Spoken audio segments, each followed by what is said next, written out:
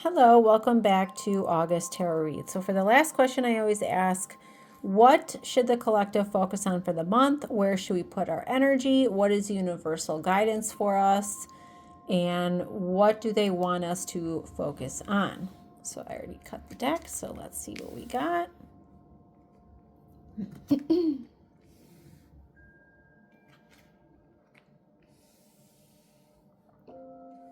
Let's see, I'm trying to do this so you can see here.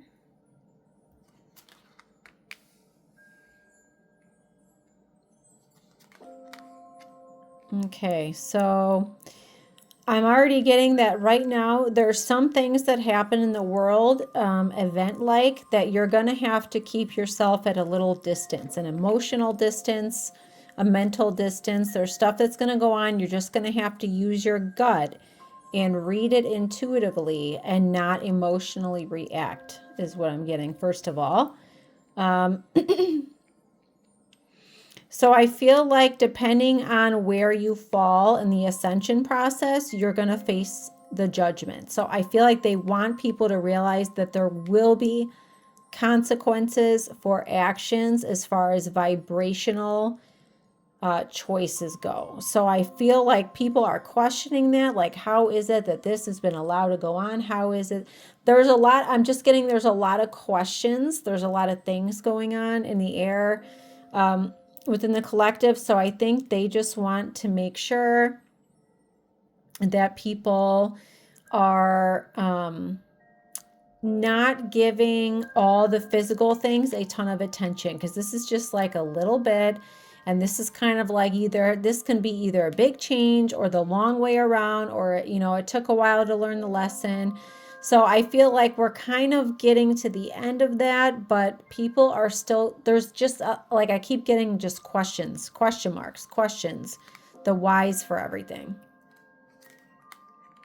So I think just be mindful of that, but know when you need to keep the distance from the global stuff is the biggest message that I'm getting with this. Yep. This is know when to leave it emotionally. So this is know when to keep your emotions over here, because the quick reaction is actually going to end up being a quick reaction to something that's not even really taking place. It just appears to be taking place. If you remember the moon card from the first, from part 1. Yep. So I think there's going to be sometimes a battle of the mind here. So people, I feel, are going to be going a little bit back and forth with their thought process, with where things fall, things like that. So this wants you to stay, Empress mode is like intuition. It's your intuitive senses. So they want you to stay focused intuitively. This is what I get.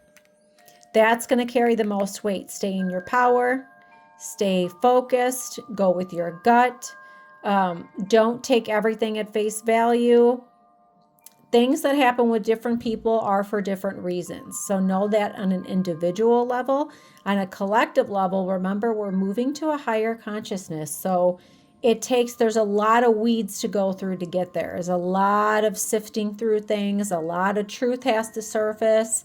A lot of things have to be rearranged. So just keep that in mind for this month, that going forward, I think between now and the end of the year, we're going to have a lot of that happening, hence the question. So I'm getting to really focus on intuitive knowing. That is going to be the biggest thing. That's going to be your best weapon, your best tool, your best way to get through it is your gut, your intuitive senses.